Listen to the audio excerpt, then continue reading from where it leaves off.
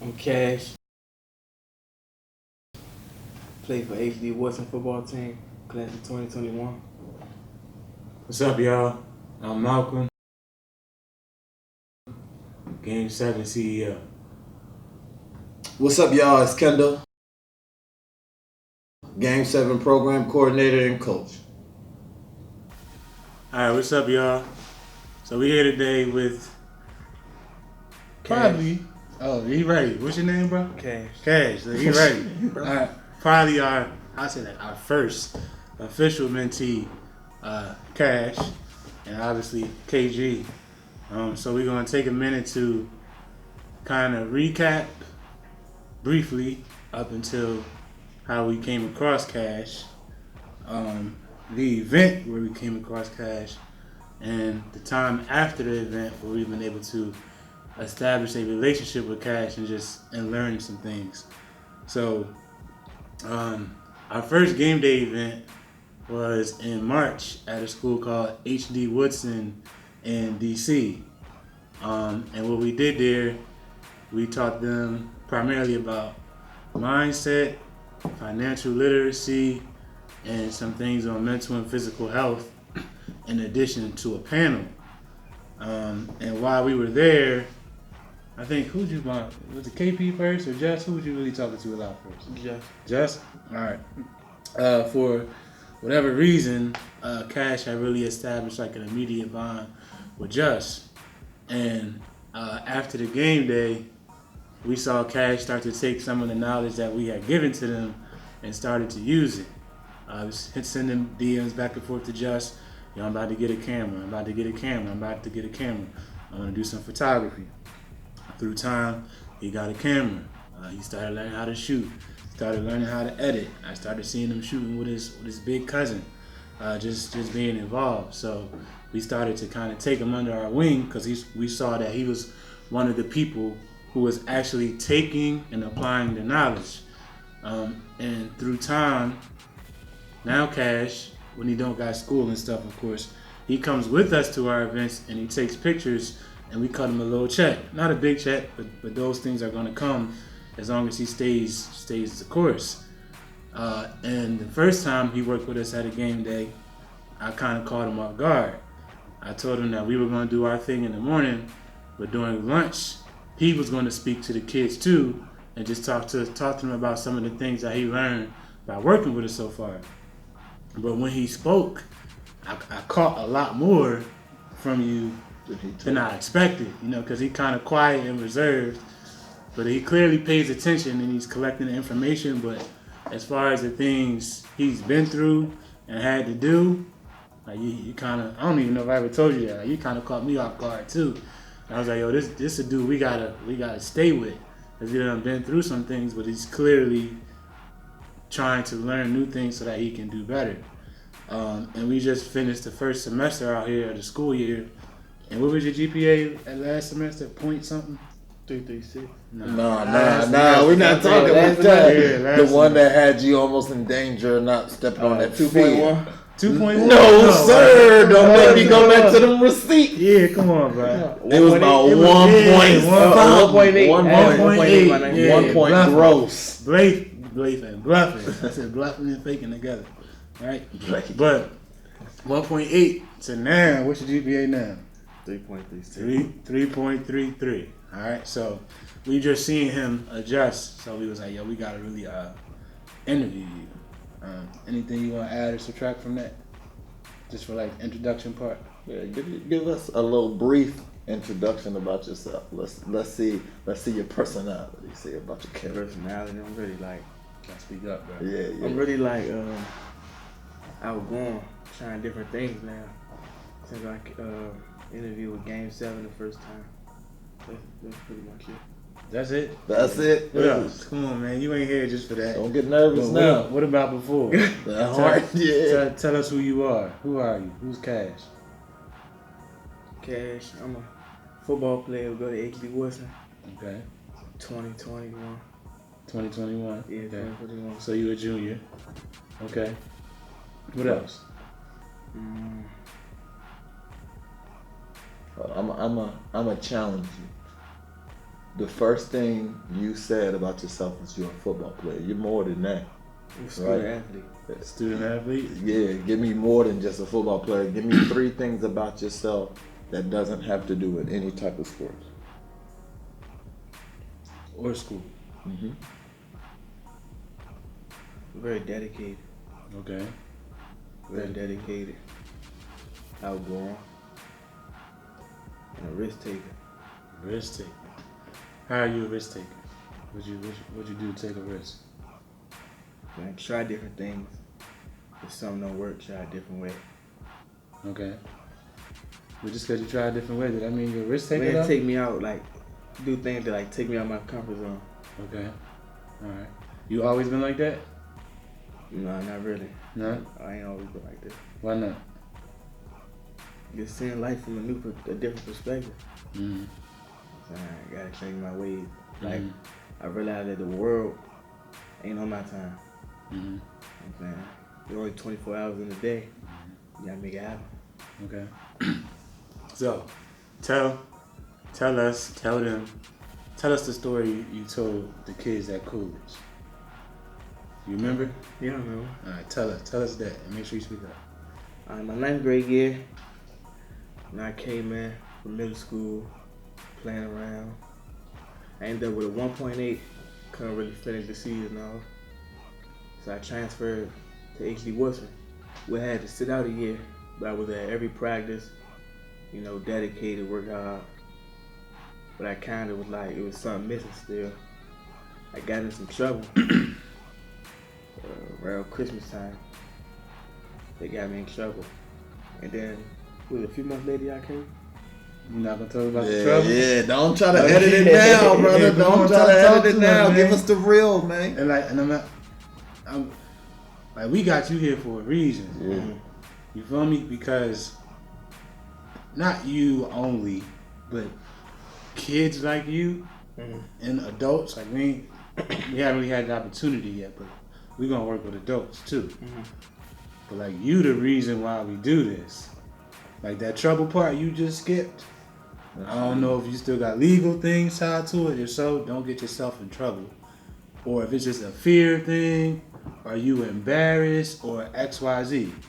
You feel me? Whatever it is, but like that's what really got me. Like I already seen something in you, but after I heard that, that's when I was like, oh, like, we gotta stay with y'all. Made sense. You feel me? Because your life was almost in a totally different direction. If it wasn't for your old coach or whoever it was you said that saw you, it was like, nah, yo, he good. Let's give him another chance.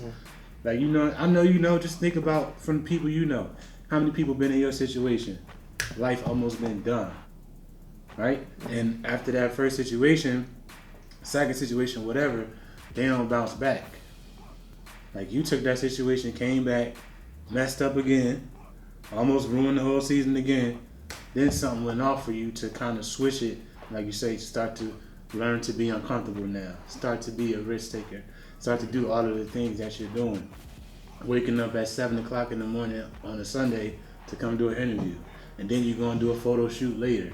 Then you got school tomorrow. Then basketball start this week. Then you getting ready for college. Like, all of those things matter. You feel me? So don't try to, like, don't skip it, because it's power in that story. And we want to use you as a young man who's going through the process to help, like, other people. Because they can always hear from us, be like, oh, y'all old, or y'all from Jersey, or y'all don't, whatever.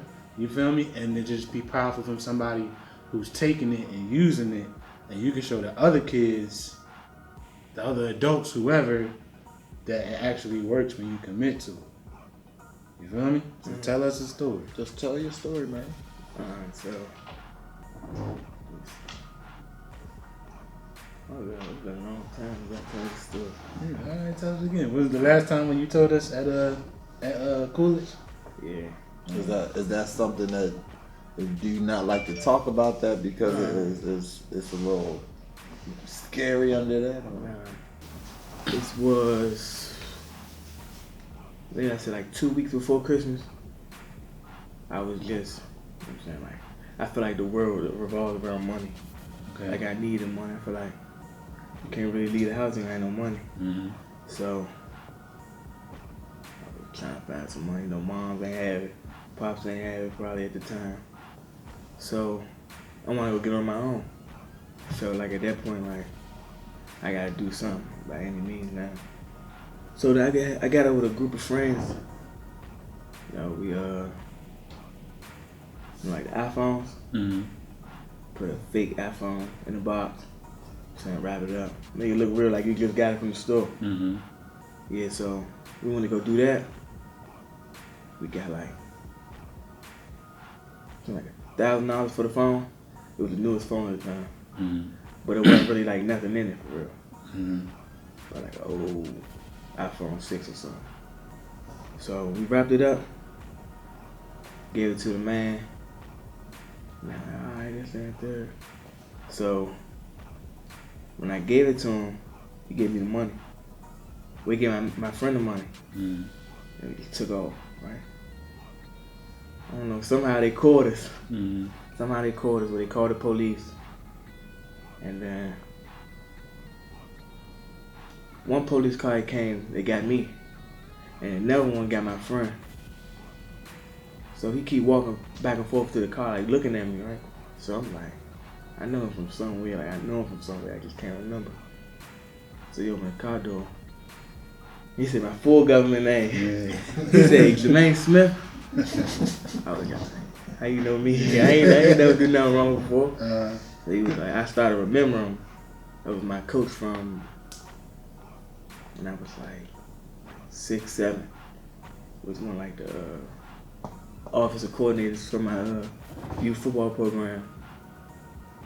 And he was just talking to me like, I got time. Like that's when I realized that I really got talent. Mm-hmm. He's like, you got talent. This is not what you want to do. Like he could have made a decision that night where it would have changed my life to this day. Mm-hmm. But then he really saw something in me. Yeah, like every day I got like kind of like think about I wouldn't probably be here today if I wasn't who I am. Mm-hmm. You know what I'm saying? So yeah, that was it. Basically he let me go. What were some of the emotions you were feeling at the time? Well, let him finish. Oh, my bad. Let him finish. Yeah, he let me go. He told me he ain't want to see me in this predicament no more. And I got a future, basically. Mm-hmm. I got something to live for. All right. So what happened after that? After that, I tried to lay low, like don't do nothing anymore. Like, just stay out the way all the way, like out the way. So I really like did the bare minimum, like with the average person. Mm-hmm. So then, once I did that, I got by school. You know what I'm saying? Everybody said, like, I started seeing my friends get on the road, 4.1s, 4.5s. I just did everything to get by. When that's not a good choice all the time, because you can get left. Mm-hmm. Yeah, that's pretty much it. And then I ended up with a 2.1, it almost cost me not to play. And when I just got that opportunity to play, I was just like, this is my chance right here. Mm-hmm. I got like 2 opportunities. Mm-hmm. I could really like make something out of it. Mm-hmm. Yeah. But you didn't play last year, right? I didn't play. So how come you didn't play last year? And that was right. That came from. That was right after all your issues, right? Nah, it was before. That was in my 10th grade year. Yeah. Oh yeah, right. Because you got into all this because you wasn't playing football. Yeah. You forgot that part. I forgot that part. Come on. All right. So why wasn't? So before this Christmas, where he's talking about he made these mistakes, what happened in that like August to Christmas time with football? I came from Maryland school to a DC school where you gotta sit out a year. Okay. You gotta go on the investigation, see like eligible to play. Mm-hmm. So I had to sit out for a period. I was going to practice, but I wasn't playing, which is not fun. Mm-hmm.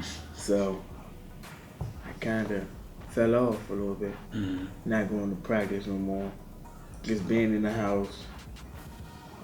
Not really being active. Mm-hmm. Or doing my routine. Like, football is what keeps me and a lot of other young black men, you know what I'm saying, how to Out of trouble, off the get out of streets. trouble. Mhm. So what happened when you was practicing but not playing? Did that make you feel something? Yeah, I kind of feel like left out. Like Mm-hmm. I'm practicing as hard as the next man, and he playing because of a rule Mm-hmm. or something like that. That didn't really make sense to me. Mm-hmm. So Did it kind of make you kind of lose hope, or yeah, just kind of like it's probably it. Like I didn't really play I played my ninth grade year, but I didn't play the end of my ninth grade year. And then I couldn't play my 10th grade year, which only left me 2 years. Mm-hmm. So I felt as though if I ain't have a breakout year these 2 years, Mm-hmm. it was pretty much over with. So I never knew what the future could uphold. So Mm-hmm. I just, well, Okay. So what did you start doing with your time? Because remember you told us, I don't want to put words in your mouth, but I'm gonna help you. You said you got discouraged, right? Like you said, you seeing everybody else play, and you busting your behind at practice, but you ain't getting no love in the game for whatever the reasons are. So what did that lead you to start? Like, how did you end up with your friends doing that mess with the iPhone? Like, how did you get there from football? I just felt like football was everything, which y'all helped me learn too that football is not everything. It's just a small proportion of your life. Like you got bigger things you can accomplish in football. Football is not everything. And one day, my coach always told me like you got a snap count till your time over. Like. So I had to realize it's more bigger than that. But I ain't got discouraged. Like I can't play. I'm working hard as him. But you know what I'm saying? Like I'd probably be better than him. But I can't play because of a rule. So I'm just at home like I can't be at home all day. That's not a good habit to get into. So I'm just now I got endless thoughts going through my head like do I go out here, go rob somebody? Do I get into activities that I don't want to get into, like drug dealing or stuff like this? Or do I stay on the right path? And all my life I haven't really like, I don't remember myself doing like no big wild things or anything. So I always felt like the right path, it took longer, but tomorrow ain't promised. So you gotta go get what you want by any means necessary. That's how I felt. And since I felt like that, I just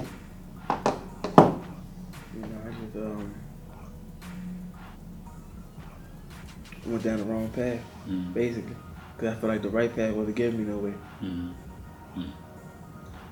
Definitely, I think that was a big point what you said, and I really could connect with that because after the struggles I went through going with football, I really had and me possibly not playing again and just thinking that my life was over. Like I had some really dark thoughts, and I created some bad habits. So, when you have something and then something's taken away, now you have this abundance of time. Whereas usually, if something happens to you, you get into a place where you just in your mind all the time, and then you start to lose against your own self. So, I definitely can relate to that. So, like, would you feel like that was one of your lowest points of your life, or you're only young, but what would you say? Like, how would you really sum that whole experience up and compare it to kind of how you look back at yourself now and see where you come from? Yeah, I was in a bubble. Like, my grandmother wasn't doing well at the time, so I just got she don't got a lot of time. Like, I can get a phone call tomorrow that she's gone, basically. So I just felt like I needed to go do something, anything like.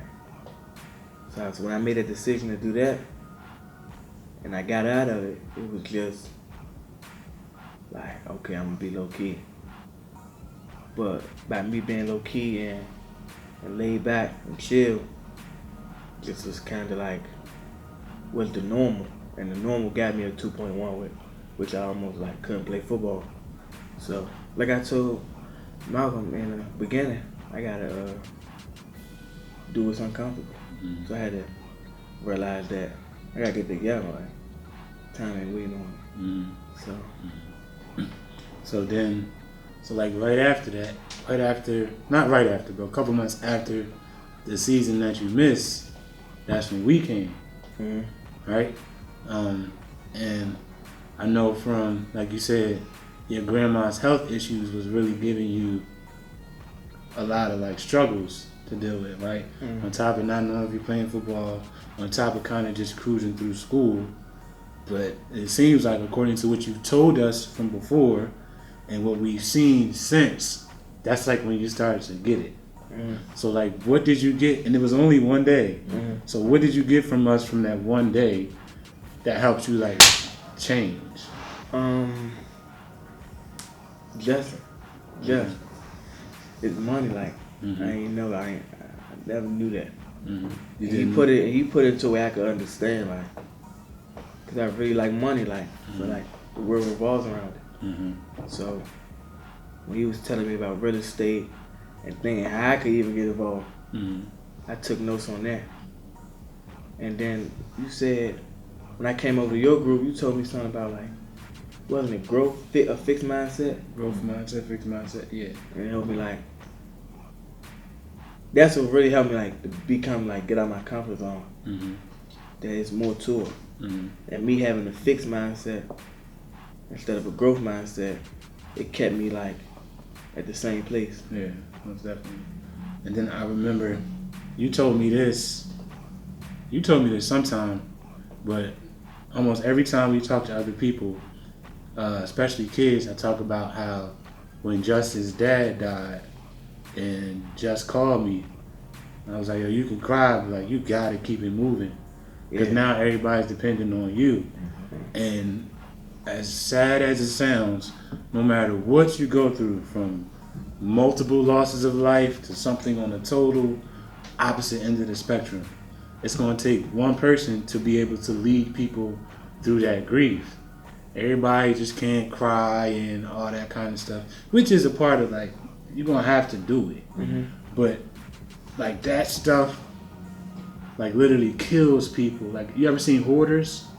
Like it's usually a traumatic event. Like, they lost their kid, they lost their mom, they lost their dad. Then they just start collecting everything. Or my 600-pound life, people that just eat. It's usually a traumatic event. Or people that just give up. It's usually a traumatic event. Something happens. That's because too many people go through these processes as opposed to handling them, right? And I know you said that was something that really stuck out with you going through the process with your grandma. You was like, yeah, I can focus on this and realize that she don't got that much time and kind of just go through the motions, or I can dominate this time so that I can offer as much to her as I can while she's still here and make her memory mean something. Yeah, I realized that in that period of time where I was trying to find income to provide for her, I didn't really need money at that time. I didn't need no money. I didn't get her anything. She didn't need to give me anything. We just needed time. Like I really valued like the time that we spent. I remember when I was younger, she was a candy lady. Okay. She was a candy lady around the neighborhood. Okay. So she would say, you wanna, like, she taught me the value of $1. So she would say, you wanna stand here, help me count the money and, sell candy? Sometimes I actually do outside. Kind of regret going outside. Yeah. That's a big one right there, man. That's a big one right there. But so since then, after that, you came in. So over the summer, and this where, like, still to this day, Cash, I can't always figure you out.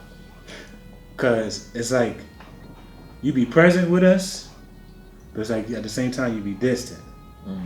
You feel me? It's like you're a hard man to reach, like even in person. You feel me? But I don't press you that much because I don't know you that well.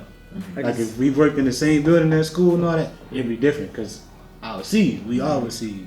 But just like most of our communication is via phone, and we like intentionally link up, right? So I was kind of disappointed in you, like over the summer, like we had the workouts, you weren't there. a couple of them. And I was at the first time we came back. That's when I really got impressed with you. Like we was running the routes and stuff with you. I said, y'all gonna be sweet. And not even for your physical ability, which you do have, but how you was able to just take the stuff and immediately start to use it. And it was only like 4 of y'all out there. It was hot. Y'all ain't had no quarterback, but y'all was putting the work in. You feel me? Yeah. I was like, all right, because I seen you got it in the classroom and you got it on the field. You just need that consistency. Now, part of that isn't your fault. Like, that's what we dying to do is for somebody to give us a chance to be there, like, every day. Like, they say we ask for too much money, right? Yeah. But, like, throughout the term, you know, from where I'm coming up from, like the D.C., Maryland environment, it's really, it was a point in time where people get knocked off by their friends, or like close friends. So my cousin, he's doing time for what his best friend did.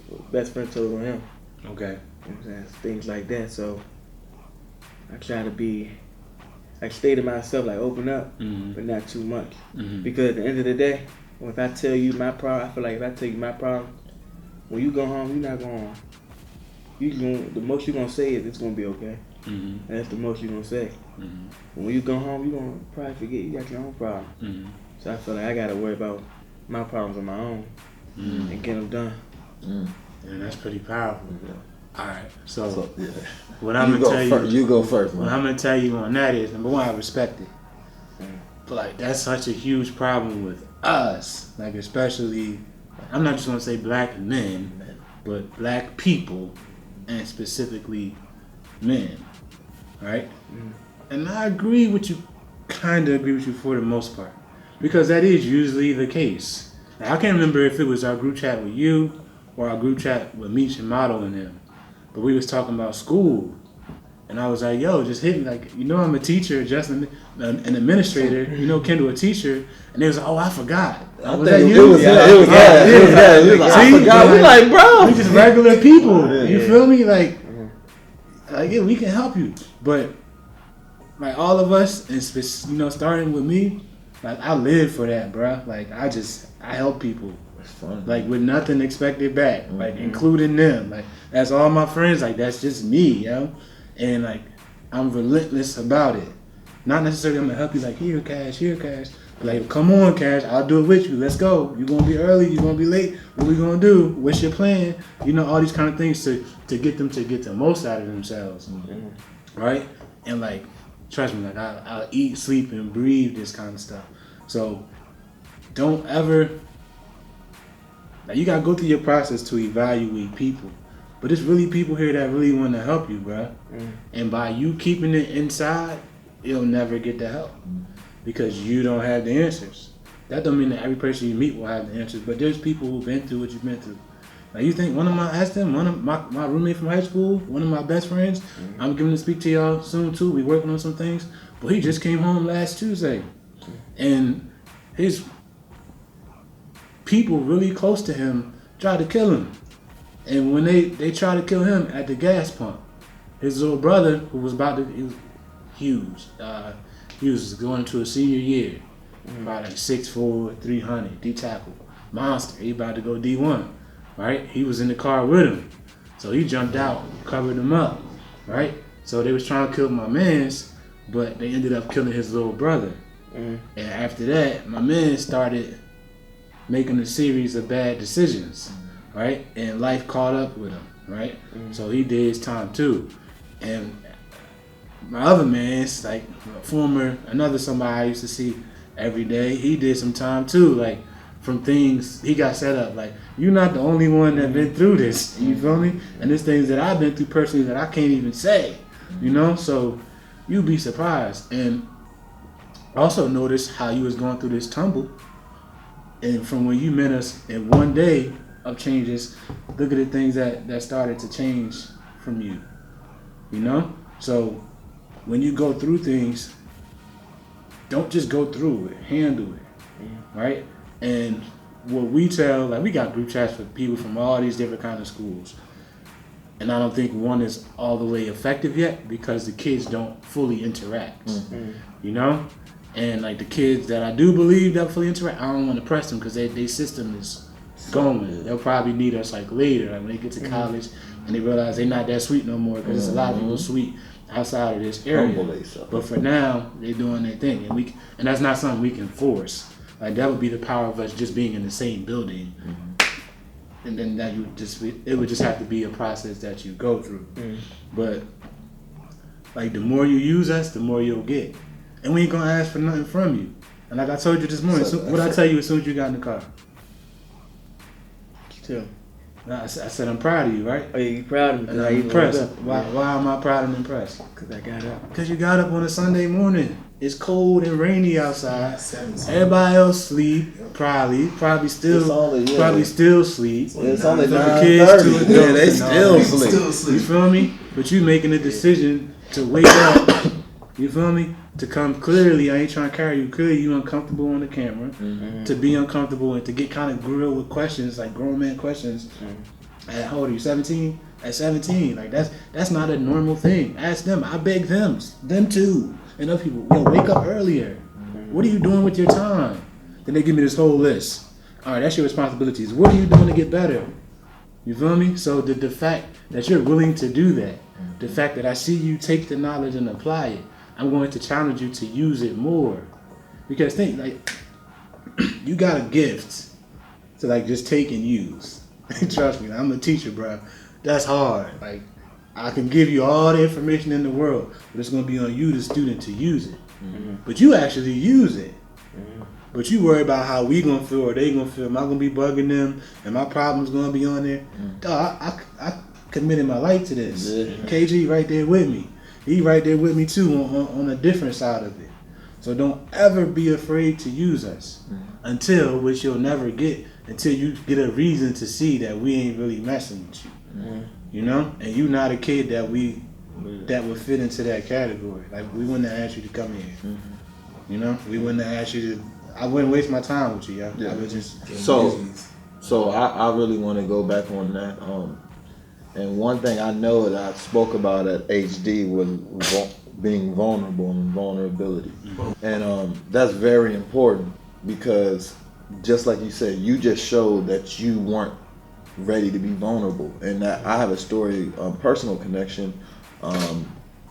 When people used to do things for me nice, when like people give me something or do something nice when I was younger, I would get it from my mom, like, take that back, or why they doing that? So like whenever someone would do something nice to me, for the longest, like I would always feel weird. Like, do I owe them something back? Like, so I understand where you're coming from. Like, nah, this is from pure like heart, like our hearts, bro. Like, and then also think about it, like when you stub your toe and you clenching, right? When you holding on to that pain, does it hurt more, or rather than when you just stub your toe and you breathe through it? It's gonna hurt a little less when you just let it go and just breathe through it. So think about all that stuff that you got built up in here, right? All the problems you got, right? And you holding it by yourself. Like when you sent us that text message about your grandma, I could just feel the emotion in the text message. And then you see how fast we all was on it, all on it. Like all on them, all four of us, including Just. So know that you like, bro, like we never had anyone like this when we were growing up. We didn't have any fathers, like well KP did, Just did, but me and Malk, we were the men of our cribs. So now you got 4 grown men that are still, that could be your older brother around you, talk about things in life. Take that, man. Like, don't be shameful about anything. We all did stuff that we not happy about, we not proud of, but that's just part of your journey. That's what you writing in your life. So use us as a resource. And as you see, dude, we believe in you, man. Like, you got to believe in yourself, but also know that there's other people on the other side that actually care about you. And and we've only been doing this for less than a year, officially, and we got people to vouch for us, and we got people that show it, and we go after the people who are willing to show us. Yeah, some people that show right away, I'm interested, but then when we start really pressing him or trying to challenge him, they kind of do the turtle shell, what you were kind of doing. Let me get to my comfortability. I'ma just turtle. No one needs to know, so I'ma just coast, right? And as you see, that joint was really, hurting you, and it chose you, and it made you choose some bad decisions. So you got 4 young men in your life that, if you allow us to be, we're gonna help you through our way. Just remember that. Obviously, it's all up to you. You're gonna reach out. We always gonna reach out, right? But then it's up to you if you want, take the knowledge. People say knowledge is power, but we all agree that applied knowledge is power. You can learn about something. That doesn't mean it's that powerful. Only when you put it together and do it. Good. What you thinking? None that I feel like I shouldn't be so much like to myself. Should open up because y'all didn't have to be there that day. Like at agency, like I was thinking like they get paid for this. Like are they really here for us? Like I didn't really think that. But then as I started like learning and going to different stations, it was like helped me like realize like I can apply this, like I can use this. And not to cut you off, but like an example, it was a station with 2. What's that name, right? UVA? Yeah, 2, yeah. 2, right? I cried, yo. Like, you can ask him. I cried. I'll show you the DM. Like, he texted me after that because we was talking about your why, and I was talking about my son. And I was talking about, like, if you're talking about your why and it don't make you cry, when you start thinking about it, that gas probably not strong enough to keep you going. Then it was later, he texted me, like, yo, I get it now, coach. I know exactly why your why should make you cry. Boom. That was cool, I got you. It clicked for somebody. But just a couple clarification things. I did have my dad, right? He just made a series of back-to-back of bad decisions to where we didn't really forge no bond, a strong bond, right? And I kind of like outran him, right? So he was present, and he meant well. But I did have my dad. And secondly, yes, we did get paid to come to HD. We do get paid. I was saying like, but like, are we doing it for y'all for the money? Yeah, but I just want to clarify, like, yes, we still gotta eat too. Yeah. You know what I mean? But yeah, and don't feel bad for being so reserved. Because you're so reserved just because of like how life has been handed to you. Like KG said, I disagree a little bit. I think it's more so now. Me, him, and Just was talking like we don't got no OGs. Like if we could have, like we 30, 29, 30 now, we don't got no 40 or 50-year-old dude like close to us that we can go to like guide us through this process. You feel me? The ones that we know, they can't do nothing for us. We know some people from a distance who might could, but like the people we know, like that, I don't really talk to no men. Really. You feel me? Like there's nothing they can do for me. Because they run in this standard race that we not trying to run. They got their own things. Everybody got their own things, but they don't know how to handle. Like there's nobody that can really help us. And if I'm wrong, hit me up, help me out. You feel me? Like we don't have that. Like we would be dying for this. Because we've hit a shift that so many people never hit. But this in this room, like KG went to the league. You feel me? Got a school experience as a school administrator, as a teacher. He got a photography business. He works in like the board of education aspect of it. You feel me? I've been a teacher, a union rep, on the budget team. I've hired people. I've ran a store with $200 million worth of stuff. Right now I own like 4 businesses. You feel me? I'm a father. Like all of these different kinds of things. And like you got all that information with you.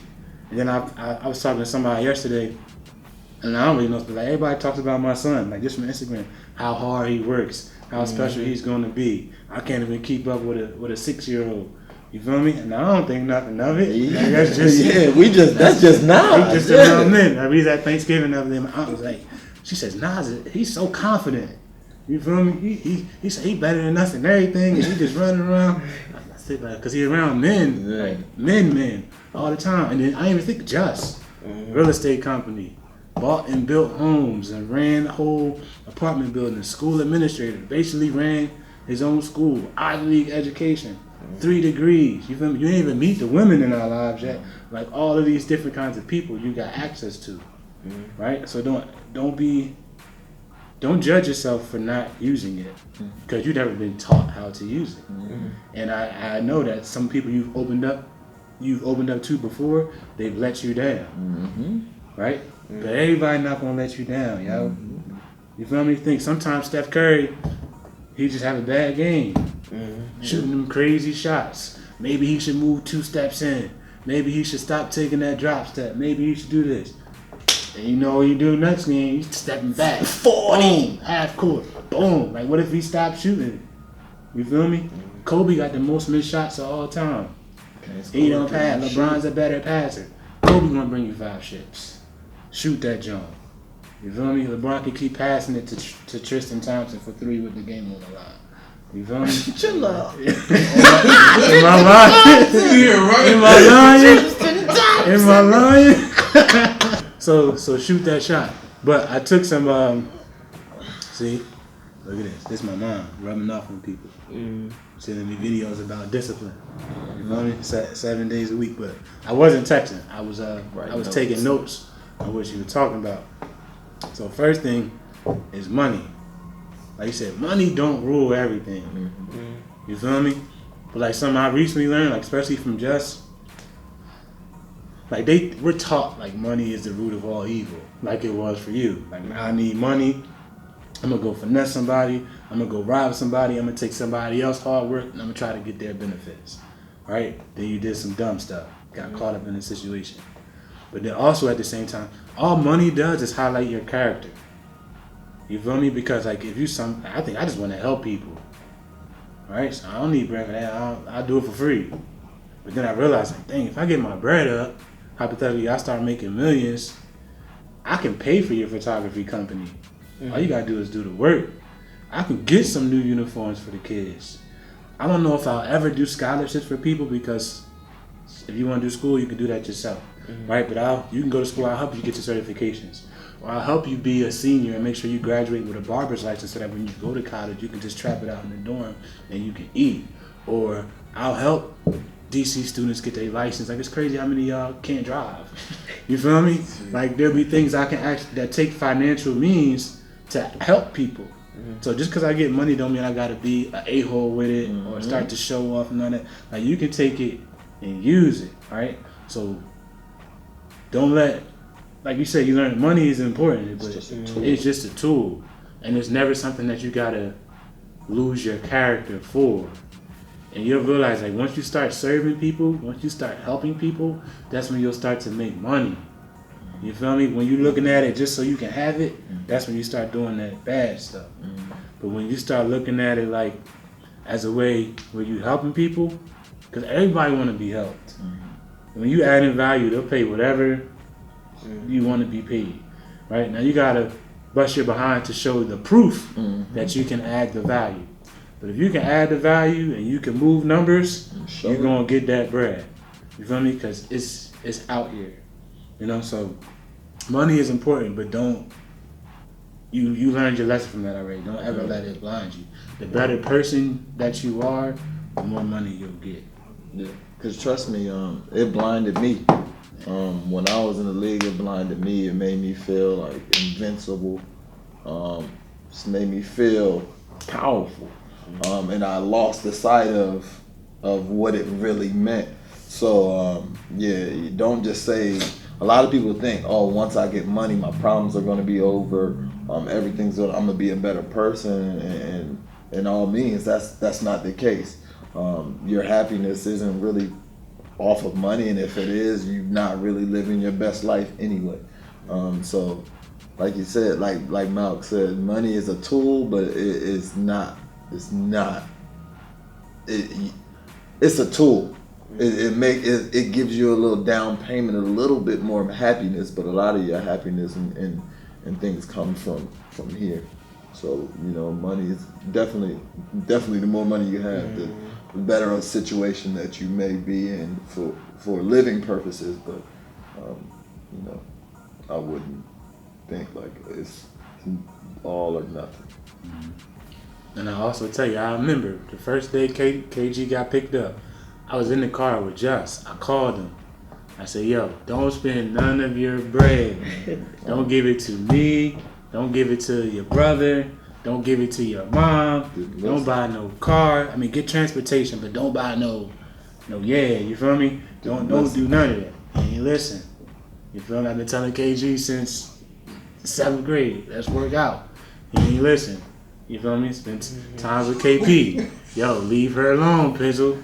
Leave her alone. He ain't listen. KP, gotta do your workouts. He ain't listen. Right? I can go through all my friends. Times they ain't listen to me. I ain't the GOAT. I ain't none of that. Right? But you can ask all of them. I pay attention to everything. Yeah, perspective. And I study. Like, I'm not giving you really just mouth. Like, I'm giving you things that I've learned. And I won't say nothing until it break. Like, once you reach out to me, I've been waiting for this. Yo, KP, I saw it at the party. You feel me? Leave that joint alone. And I definitely, as a person that's been on the other side, I can definitely appreciate that because the approach that he takes, it's more like he's just gonna sit back and observe. And I've learned to kind of do this because I love observing. I like people watching. But he sits back and he'll observe what's going on, but he'll let you live, right? So he'll let you make that opportunity or whatever, make the decision you want to make. And then when it doesn't work out, or even if it does, then you'll come back and you'll be like, okay, this is what I seen. So it's more so, a lot of people are like, don't be trying to tell me what to do. It's like, well, one, that's your ego talking. You got to learn, you got to find the difference between your ego and just your consciousness, and you know how that comes apart. That's a whole conversation of its own. But like Malcolm said, he's a guy. He's gonna tell you his opinion. I think that's why he kind of holds that position in our kind of circle, where people kind of bring things to him, because we know whenever we come to him, we're not gonna get things that we just want to hear. He's gonna tell it exactly how it is, and I think that's one good way that I see all of our men doing that now. So before, we, like Malcolm said, as men, we had a problem of being vulnerable. And all the people in our circle aren't very vulnerable yet. They're still not there, but I see a couple of them trying. And that's fine with me. They're doing it, they're still not there. And that's one thing that I'm like, yo, like, I don't care. I'm gonna let people know how I feel. I'm tired of being shameful. I'm tired of walking around with shame. And it made my life so much easier, because now I don't think about what other people think. Because that's one big thing that a lot of people, especially people your age, because you're a teenager. You old enough to know stuff, but you're still not old enough to really know the game. And as a teenager, one of the biggest things is kind of with the public's of your reputation. So reputation versus character. Reputation is something that's always going to change, right?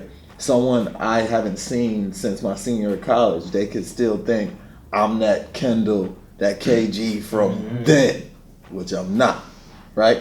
But that's my reputation. But my character is who I am when no one's around, when it's just me, right? So that's the difference. A reputation is going to be ongoing. So if you try to change your reputation or care about your reputation, you're really sacrificing your character. But when you focus on your character, it doesn't matter what your reputation is, because your character is what you do, no matter if it's 50 people around or if it's just you. So one thing I know I'm kind of talking on a tangent, but that reputation versus character, don't focus on that reputation, because your character is just going to speak the most about who you really are. And then to go back to being vulnerable, I also think, like, in our circle, people allow me to, like, put them out there, because I think I'm by far in the circle the most vulnerable. Like, everything I go through, they know. Like, I just tell them. You feel me? And I can tell those of us in the circle who are going through the most are the least vulnerable. Like, we got a group chat, just like we got with you. The ones who don't talk, the ones who going through it. Every time. The ones who's the most involved, the ones who's all right, at least in their space, right? So don't ever be scared to be vulnerable. Yeah. And then when you realize, like, don't give other people or other things your power. Like, you feel me? Like, if you go in class and your teacher thrown off because you just had a bad meeting with the principal, you know, most kids, oh, why you coming in here like that? Like, don't give her no power. Just do what you gotta do. Like, she not responsible for your emotions. Take a step back. Oh, she mad because of something that ain't got nothing to do with me. She could be yelling and all that. Cool. And one ear out the other. So you put yourself out there. Say somebody try to carry you. Cool. It's just a note that you can't mess with that person no more. Done. Like, don't give them no energy. And right, you could have been, somebody could have carried you before. They could have said they was going to do this and didn't. That's going to happen throughout your life, right? But you just learn, like, to respond to that. You feel me? Oh, they carried me. Now I'm not going to say nothing no more. Nah, so now when I see that kind of character in a person, I know not to go to them for that. If I see this kind of character in a person, I know that's somebody I can count on. It's just experience, man. But once you, that's like saying you got an offense, right? And sometimes you got to pass the rock. But one game, y'all threw 3 picks, now you just run the ball every time. You feel me? If they got 9-10 men in the box, you got to throw that jump. Yeah. It don't matter if you threw a pick before. Get to practice a little earlier, get some extra throws in, stay a little later, scout some new receivers, scout some new routes, and try something else. But that don't mean you just run. Because what you going to do, the one game y'all come out, y'all down by 20 in the first quarter. Y'all got to throw. Oh, I threw a pick before, so I'm going to just run. That team going to be weak. And what's going to happen to that coach? He gone, yeah? Because you ain't getting no results. Because you're nervous. All right, but the next one. You talked about talent. You know, talent not enough. Because there's so many people with talent, yeah. And so think of somebody, don't even name them. Think of somebody with talent who don't work hard, like just talent. But they're like extremely talented. Like they can just show up and they can go to work on it. You got somebody? Now just imagine if that, no, skip a step. Now think of somebody else, the hardest working person you know, in that same sport or that same area. Got him? Now put that work ethic in that person with the talent.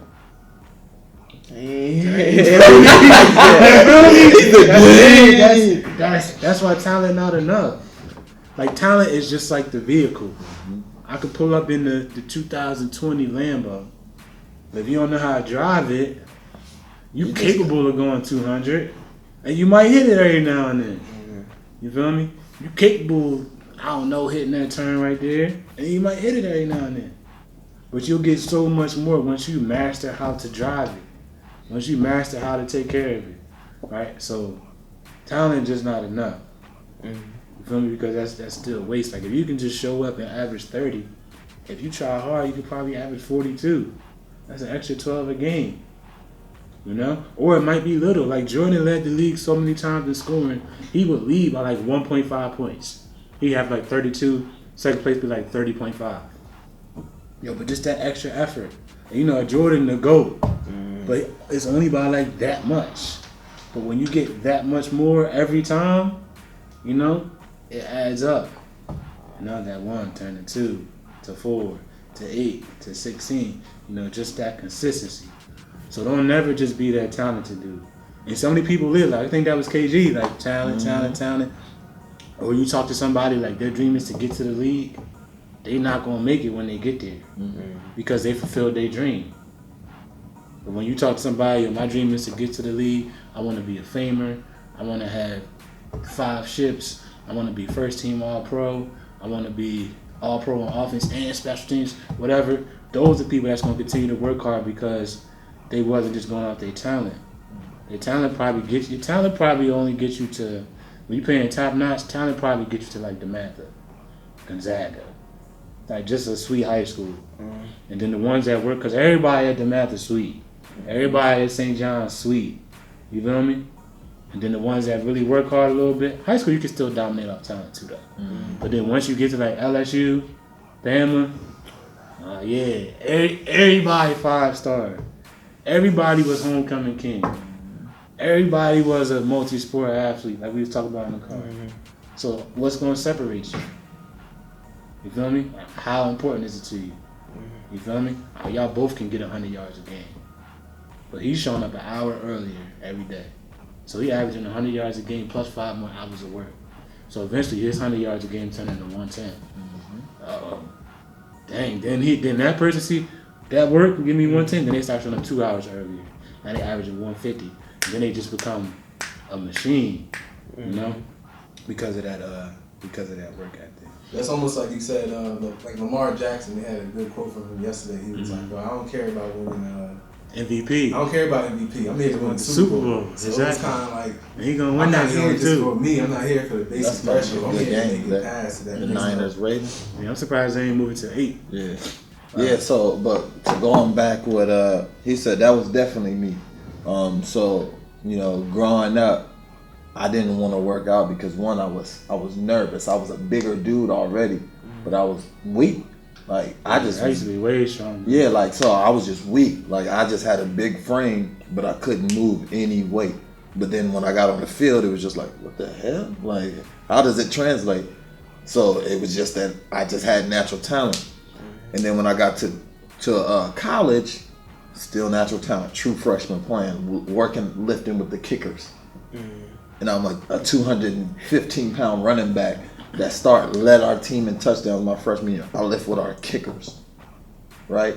Still same thing. My college one of my college coaches who came and recruited me went back to my high school and thanked my high school coach and said, thanks for not letting him work out, because if he wouldn't be at Richmond. He'll be a SEC running back. So all those times where I didn't want to work out, it was just hours that I wasted while other people was going there, right? And one, I was a late bloomer, so I didn't even have want to play football in college.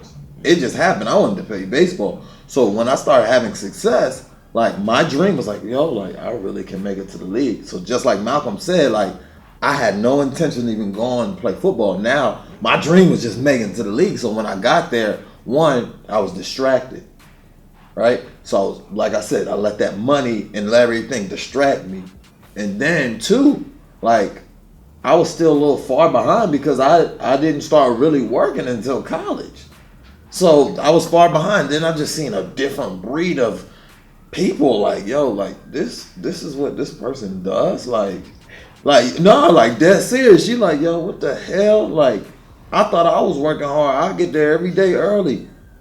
Somebody there earlier than me, or like, you just like, yo, like, how can this person just be like a dog like this, like, just so nice? Then you realize the talent that I had combined with work ethic was boom. So you know, that's coming from a raw, full experience of somebody who went there. I had a goal. I got there. I got distracted. Then at the end, I tried, like, obviously I worked my ass off while I was there, but it just wasn't enough because before I didn't have enough preparation like everyone else did because of fear.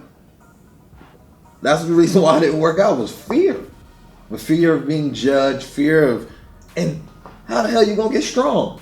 By working out. You're not just gonna all of a sudden start off squatting 500 pounds, right? So just the fear of failure was what held me back, and which ultimately was my wrongdoing in my process in the league, because I didn't put that work in. So all those hours that I had that people came in, they were light years ahead of me in the hours of their craft, right? So then eventually didn't work out with a combination of me being distracted and you know, that as well. That talent stuff will only get you so far. Agreed. So this one I want to hear from you.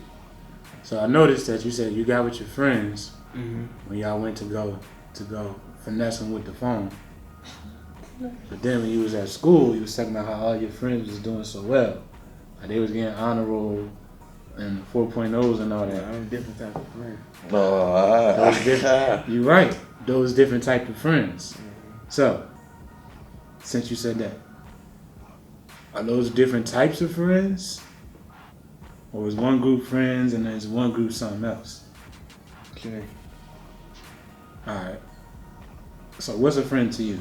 Like, how would you define a friend? Like, why is somebody your friend? Because like, cool, like we vibe together. Okay, vibe together. Hold on. Can I go? I'll let you go first, and then Yeah, I'm trying to hear from you. Yeah. So, what you mean? What that mean? We vibe together. Are y'all just cool? Just cool. That I think the common Okay. stuff like that. It's not really like a friendship. It's just so far like associate. Associates. So, would you consider associates to be friends? I'm not too really like big on like friendship, so I put them in the same category. Ah, okay. So off of that, you're not big on friendships.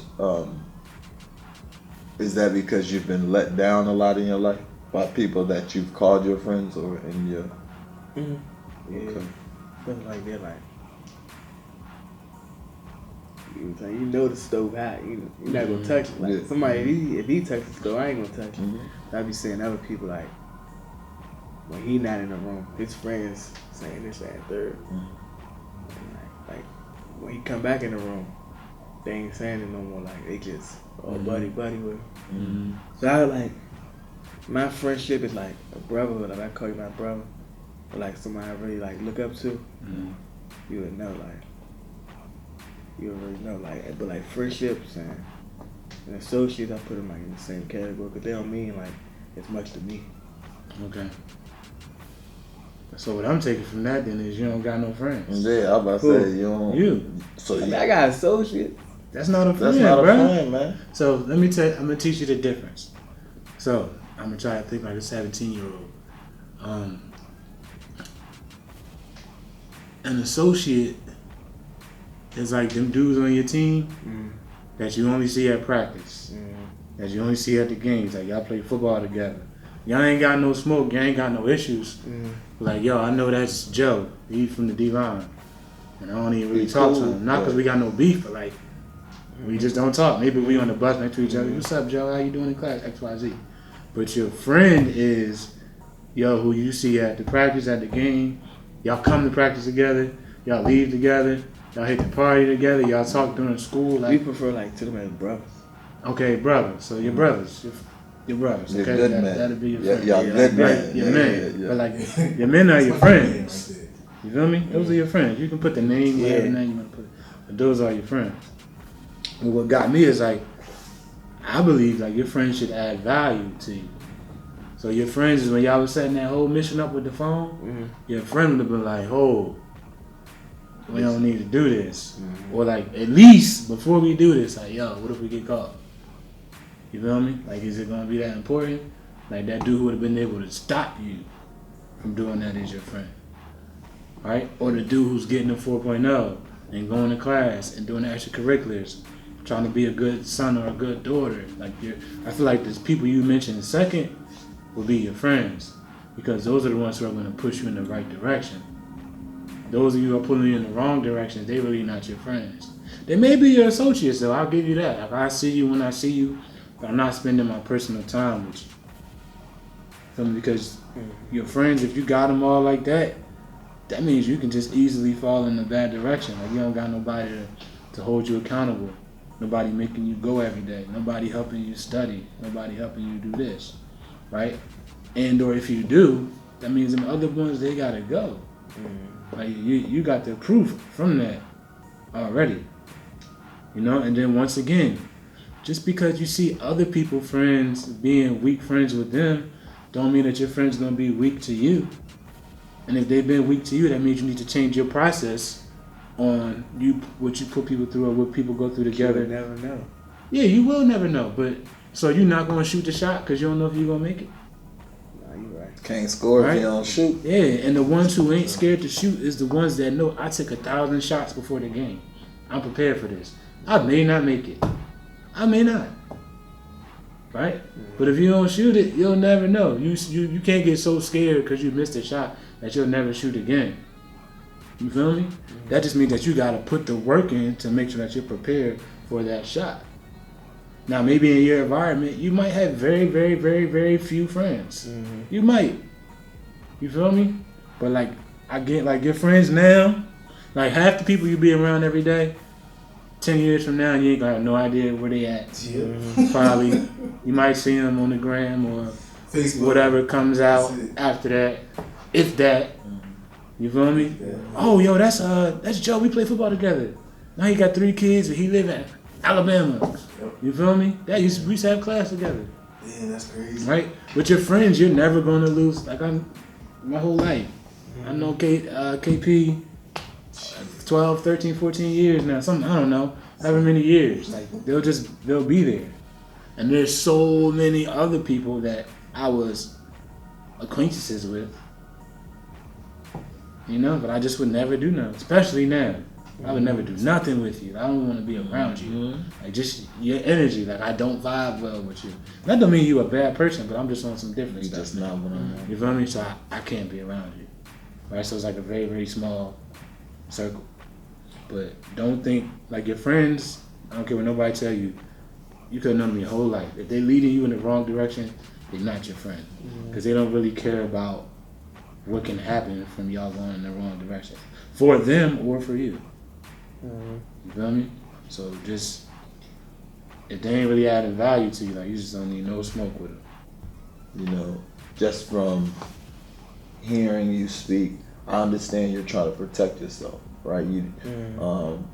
Obviously, for example, we all men in here. You shoot your shot at a girl, you're in a relationship, right? Doesn't go that way, right? Then you learn from that. Then the next time you're in a situation, you see a red flag, then it alerts you. Now you're starting to learn. That's just getting more emotionally intelligent and socially intelligent.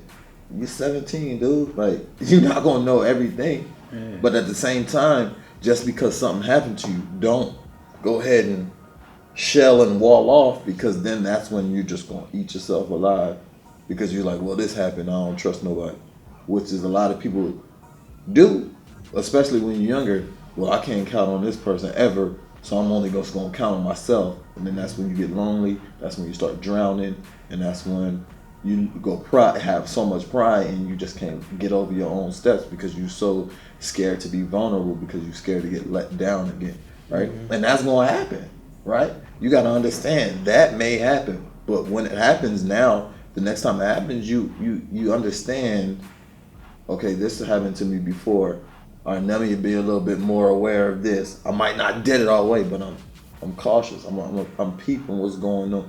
So you just gotta learn to kind of feel and that's what happens with any type of relationship, whether it's a friendship or intimate family, anything. That's how you learn your whole life, and then you educate yourself. Like, you read books to learn about things as well. Because it's plenty of times where I could have easily, like, well, I'm done with these girls, I'm cut off, I'm never, but I choose not to do that, right? No matter how many times I've been hurt or how many times I've hurt other people, I'm choosing to still come with the intent of being vulnerable, being all the things that I can be, so I won't be by myself. Because we're made to be social beings as humans, right? We're not. Why do you think when you go to prison, the worst punishment you can get is what? Solitary. Why? And what happens? You by yourself, just by yourself, 23 hours just in your own mind, and you go crazy. So don't do that when you're free, right? And then I wish this would be, I can't even say his name, but this would be perfect for my other man. So I told you about that, I just came home. Would be perfect for you.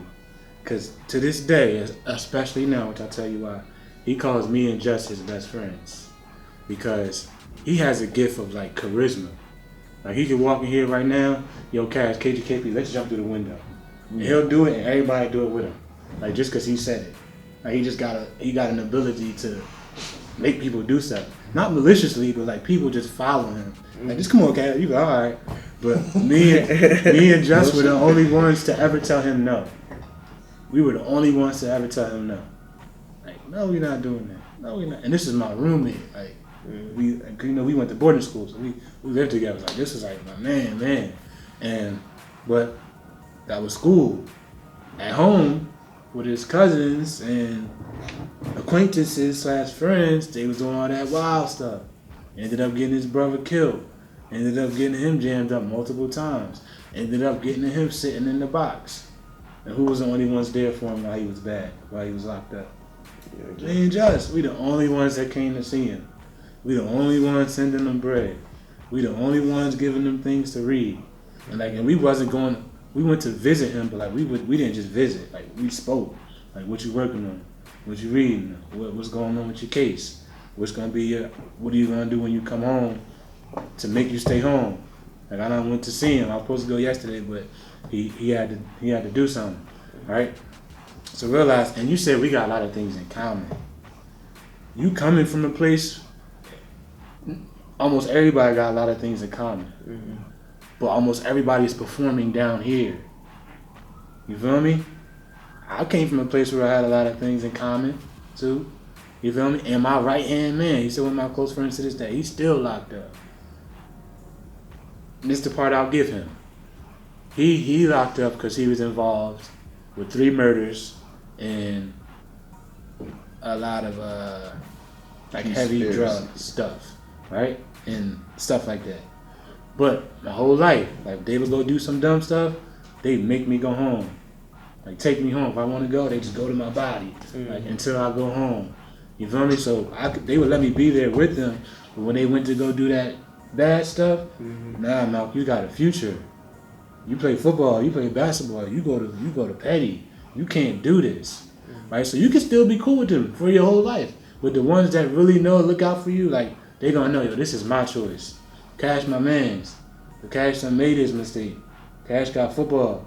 Cash got a 3.3, was about to be a 3.5, was about to be a 4.0. Cash can't go.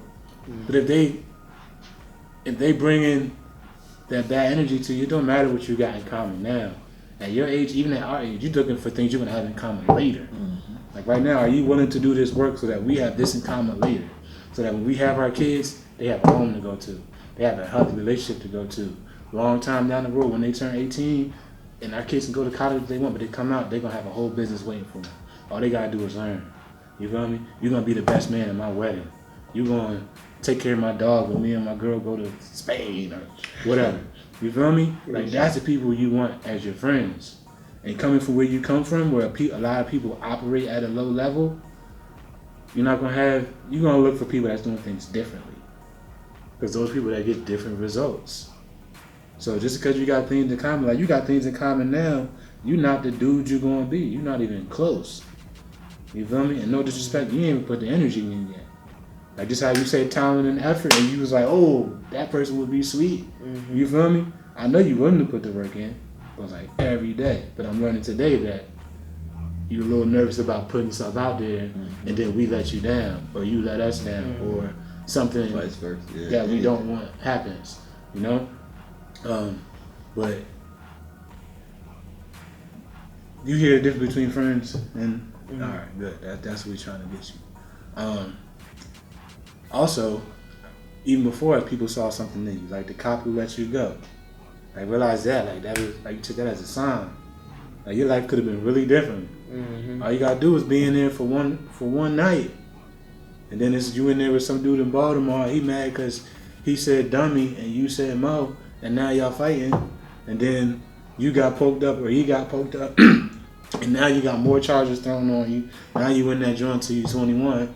Now you going from jail to prison, and then now you get down to prison, and now you in Arkansas, and they messing with you because you from DC, and then you do some more dumb stuff. Like your life could be over, just off of that, off of my iPhone, and like that happens to people, you know. So realize like, I don't know if you got a couple chances.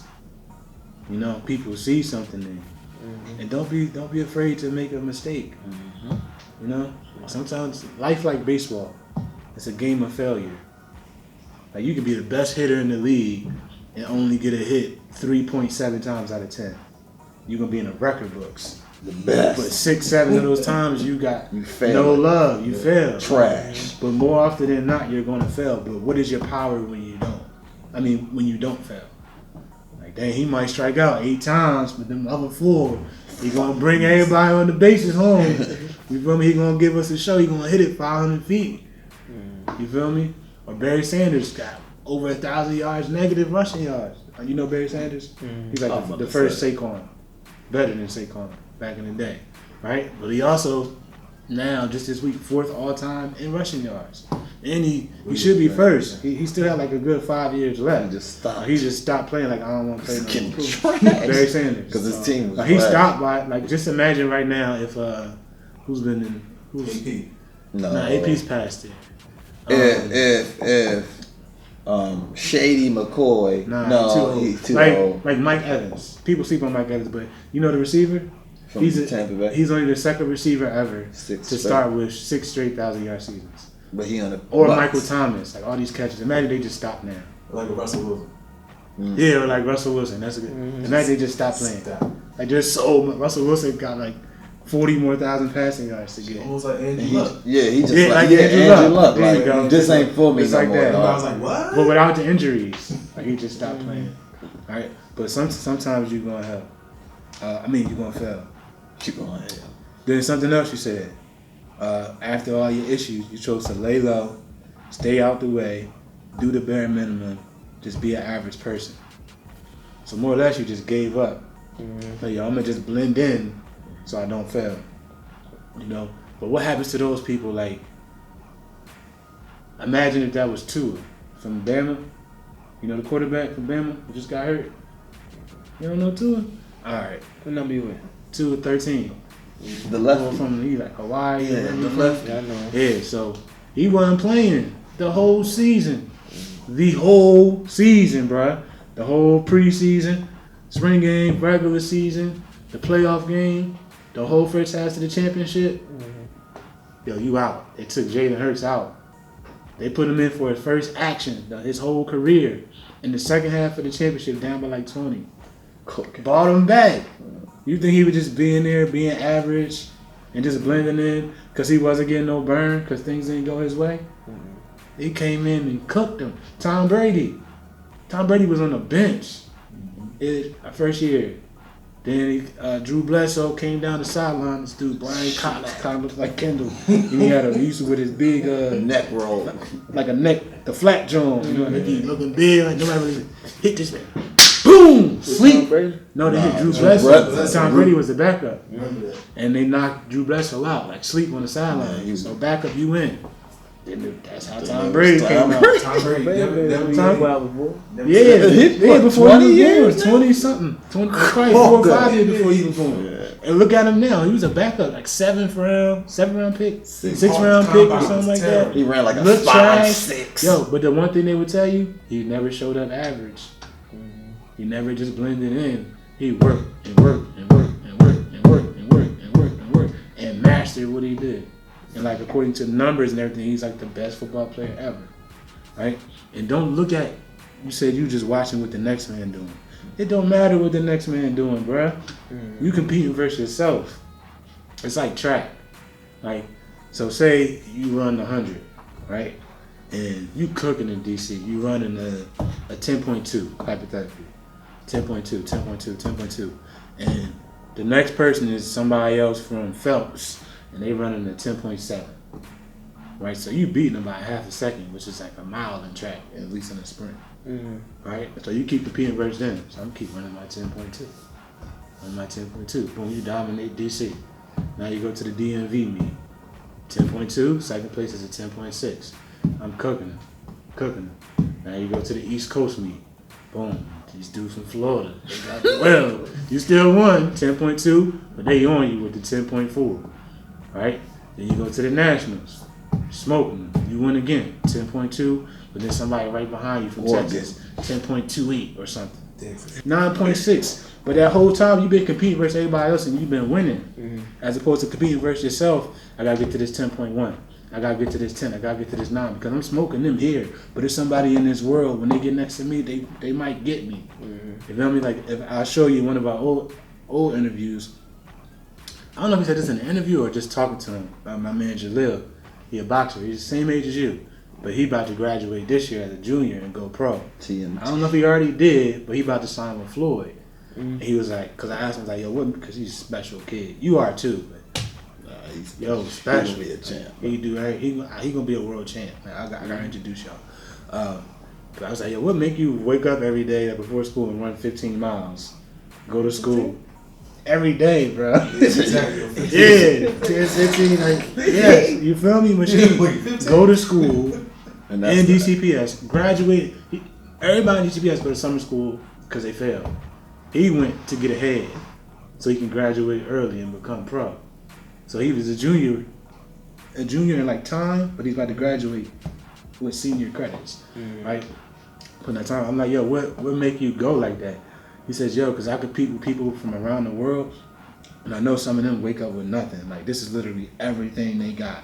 Like, they don't even got no bathroom. They got to go out in the woods in their back and go to the bathroom and wipe themselves with leaves, or they don't got no technology, like no nothing. The only way to change their whole family, their whole city, whole community is to beat me. Right? So he crushing these dudes out here. He done been to the Olympics and all that. America, he's like number one. He got some competition, but that's why he's going pro now. He passed that point. But if he just competed versus them, he get out there with the dudes from Ukraine who live in the igloo. He dies. They gonna max him out. So you just focus on yourself getting better, so that whenever you show up, you know that you're the best you can be. Like, don't just win the shit in the D League. Because when you hop out there with LeBron and Harden and KD and XYZ, you're going to see what you're really made of. But if you just been shooting to be the best in the D League, what's going to happen when you get out there and catch the real smoke? So don't ever worry about what nobody else is doing. You feel me? Unless you get somebody on your team, like y'all got the same kind of dream. Yo, y'all going to show up together, work out. Like, y'all doing something together? Yeah, like somebody's pushing you. But don't look at them, oh, they doing this, everybody else playing, so I'm gonna just stay over here. You know, because you're not going to get nowhere. What's sound with Floyd? You sound with Floyd? Yeah, he real. I was my little cousin had a basketball practice where he worked out, and it was like 5 people back to back with him sparring.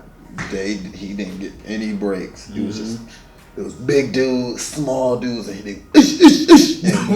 he was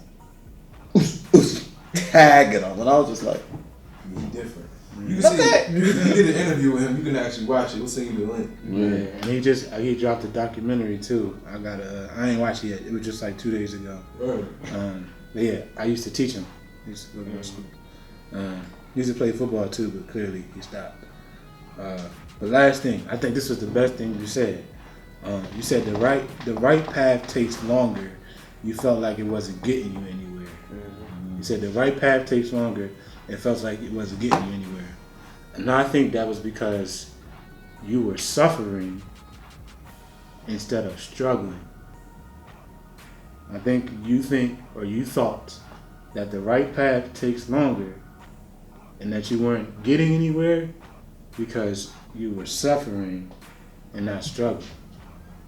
So like, you suffer when it's about you. I don't feel like going to practice. I'm not getting no burn. Or coach trying to carry me. Or they told me I had this GPA and I had this one. Or I need this. Like, everything is about you. Right? And that's when you gotta push through. Right? And that takes willpower to like keep pushing. I don't care how strong you are. Eventually you'll stop if you gotta push. Because you can't push. Right? But when you struggle, it's not about you. Like, yo, I'm not getting no burn, but I can't go to these streets because my grandma got enough going on and she don't need no more stress. Maybe I can be that light to help her take just one more breath or make one more day. I got to see Cash graduate. I got to see Cash play in this All-Star game. Or get me on this freaking wheelchair so I can make it to senior day. You feel me? Like, when people when they get a reason, like, don't take no blame for it, but like, maybe you could have been that reason. Or I got to do this because my big cousin, I'm going to make him have a photo shoot of me as prom king and when I go to college. You feel me? Or I got to do this because Just said I can make money if I do this. Like, when you make it not about you, then things will pull you. Right? You know, gravity pulling us down at all times. Right? It's going to do it. Like, there's no willpower because it's pulling you. But like, when you have a reason to get through, it'll pull you. So if I'm just pulling you like this, you ever going to stop? No. Right? It's just going to be pulling. You just got to continue to go through the process. You just got to find a way to stay in the seat. Right? But when it's about you, it will always be hard. And that's where, like, you got the benefit of getting it now. That's where a lot of adults struggle. Right? I got this thing I started, like, when you get off work, I just tell people, use the rest of the day to change the rest of your life. People get off work, oh, I'm tired. Free. I don't feel like doing it. I'm free. I'm I get to have my drinks now. Or I get to do this now. Right? But then they don't want to replace that with doing the work so that they don't got to do that other stuff no more. Which will be a process. A couple years or decades. Who was the boss? What's his name? Jalil? Yeah, so he could have did. He could have took the summer off. Yeah, he could have took the summer off and just chilled and wait. I'm going to graduate and I'm going to do this and just go through the process. But using all of his time. But so many adults suffer through that. I don't feel like waking up early to get my workout in. And that's going to be their story their whole life till the doctor come in and say, yo, Cash, you got to work out. Cash, you got to cut the chicken out. Cash, you got to stop stressing over work. Cash, you got to wake up on time. Then they want to try it. And then some people, a lot of people don't even try it then. Yo, my heart about to blow up, but I can't give up. Doc told me that. I can't give up soda. What? And then you want to be sad when you about to die. Like, yo, we told you. All you had to do was stop eating that. And right, that don't mean it was going to go away, but it will make your immune system stronger so that you got a better chance to fight it. You feel me? Or the people that's been wasting all their money. You get better healthcare when you got more money. You could have been using your whole life to save your money or get a savings account, something, so that when something does happen, which it will, you can get better healthcare. You feel me? But you got to be able to struggle through it, like have a reason outside of you. You feel me? Because the harder path always take longer. It always feel more difficult. Right? And I think that's one like where I push my friends. Like I'm always going to do the harder path. Like I'll push them. Like, I'm annoying. I know I'm very annoying about being on them, about doing stuff every day, no matter what they do. Right? But I know the harder path is just going to get the results. Yeah. Now you're going to come out a better football player if you go to DeMatha, then play in the SEC, and then play in the toughest conference. Because you went the hardest route and you made it through. Like you played versus the best competition. As opposed to you went to a weak league, and you played on a trash team in a trash conference. You feel me? You might be alright, but you're not going to be as good as you can if you went through a way tougher road because you made it through. Or you can show up and you can bench 145 over and over and over and over. Or you can throw the 225 on there, fail, get it. 235, fail, get it. And eventually, in due time, you be in 300, 400, wherever you go. Right? So the harder path is going to make you stronger. Right? And then if you get stuck, like, yo, it's too hard, you can learn about how do I keep going. Because KP talked about it today. Everybody start. Everybody take a look in the mirror for a week. Then they start to fall off. Few people keep doing it every day. And they don't realize that as you keep doing it every day, eventually it just becomes a part of your process. You know, that's like your conscious versus, conscious and subconscious. You know what that means? Alright, so conscious is like, it's the beginning of the season. And you get switched from safety, hypothetically, to corner. You have to concentrate, realizing that now when it's cover 3, you got a deep third along the sideline, not the deep middle like you used to have, right? Or you got to swivel your hips this way instead of the other way. While you're learning it, you have to be conscious of it. Like you have to think to do it. All right, 7 steps, speed turn, get it. Or 2 steps, plant my back foot, get it. But eventually, after you do it enough, don't you just do it? Like, yo, cover 3. You just, all right, I got KP. And then you just do it. Like, you don't have to think about it no more. That's subconscious. Like, you just naturally do it. So what we're challenging you to do is, as ourselves, we're trying to, like, it's like a phone. Like, you get the iPhone update, and they try to download, but you can't do it because you don't got enough space. That's called like in comparison to a human, it's like a paradigm. We have this standard way of thinking, right? Because of how you've been let down before. Who's been in your life? Who hasn't been in your life? The things that went wrong, the things that went right. You just got to all right, I see that they friends is talking trash about them. I'm just gonna stick to myself. I see that these dudes want to help me, but I might let them down. They might let me down. I'm gonna just stick to myself. I'm gonna try this sometime. And then you just keep doing it, keep doing it, keep doing it.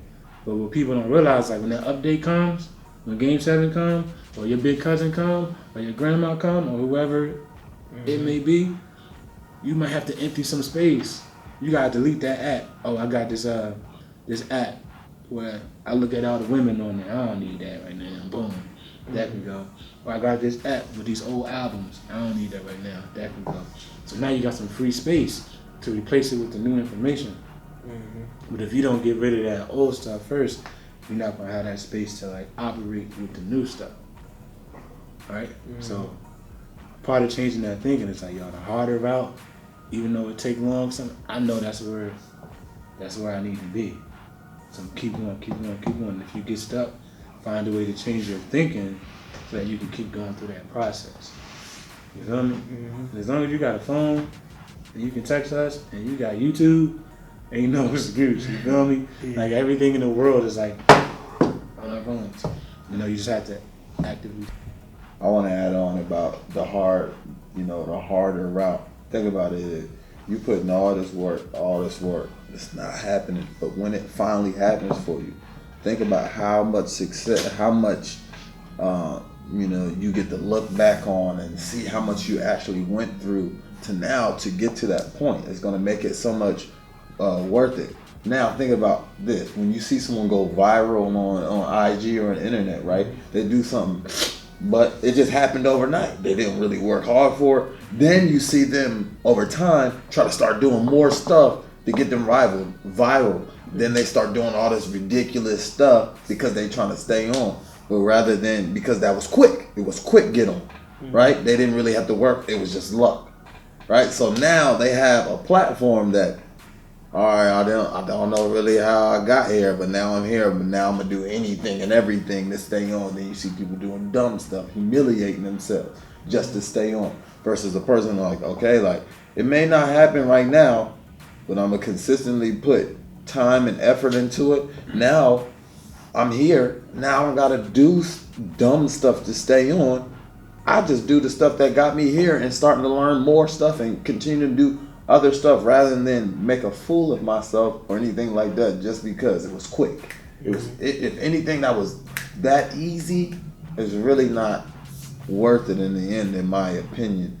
Because if I don't really got to work for it, it's like, all right, like, well, what is this going to really do for me? It's sort of like, that's why kind of guys like chasing, like a woman who makes a man work. Like I'm sure you got to show you, like, yo, I like her, but she keep carrying you, right? But she not carrying you enough to the point where you like, man, I'm tired of her. You gonna be like, yo, like, what's up? Like, can I take you out? Like, what's up with you, right? Because then that's gonna make it more worth it when you actually make that girl your girlfriend versus the girl is like, she don't make you do any work, and then it's just like, all right, like, and then it just fade out. When you invest time into something, it just makes it that much better in the end because you know all the stuff that you had to go through in the process to get there.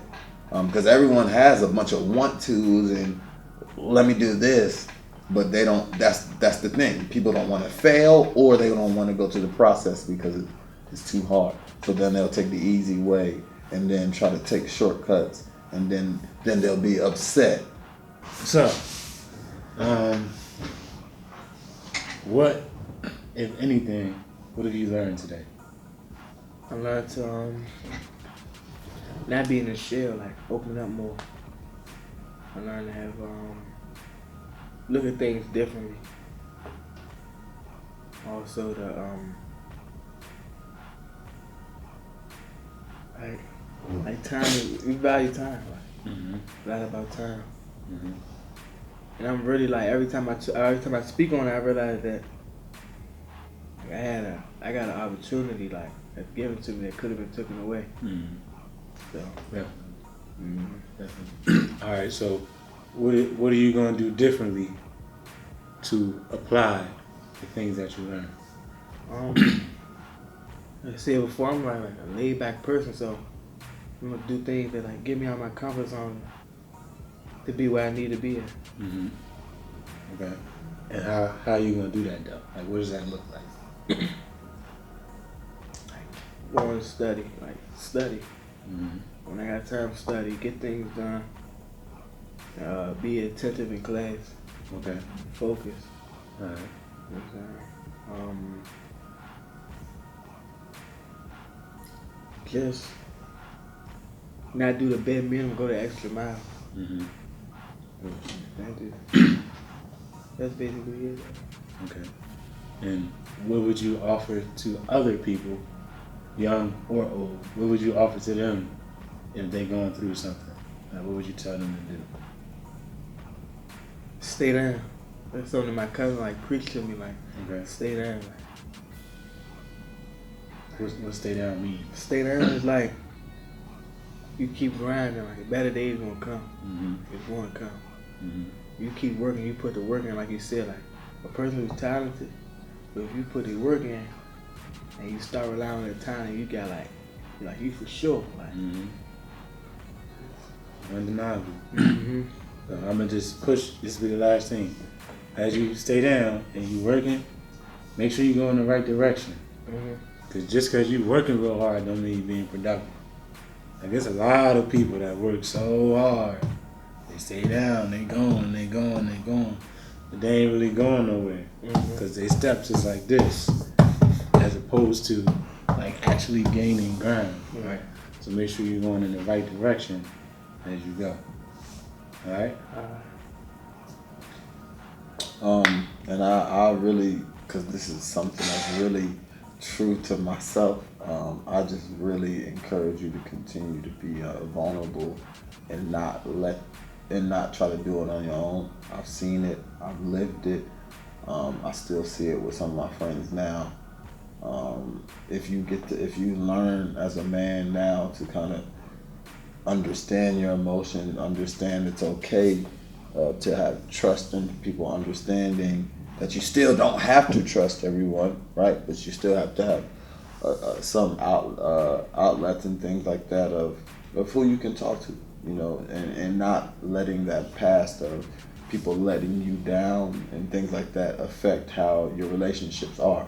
Because as we know, well, you may not know, but from your youth, that trauma that you experienced as a youth, you take that into your adult life, and if you don't handle it, then you know it could be a downward spiral, especially because then you have to unlearn a pattern of holding stuff in any relationship you're going to have. It's not going to be a good relationship because communication is essential in anything.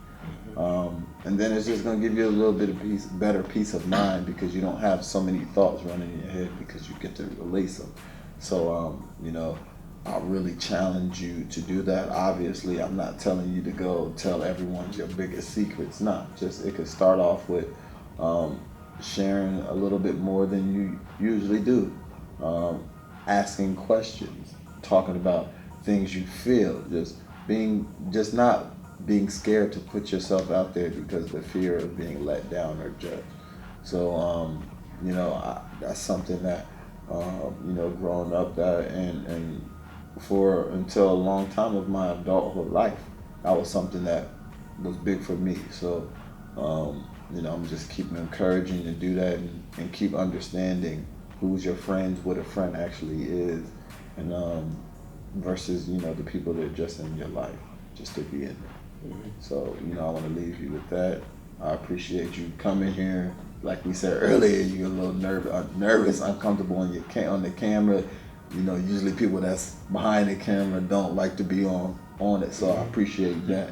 So, you know, you're a good dude, man, and you keep them head on your shoulders, and you got older brothers now, some more older brothers that help you guide your way.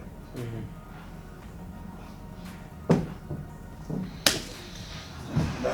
My good man.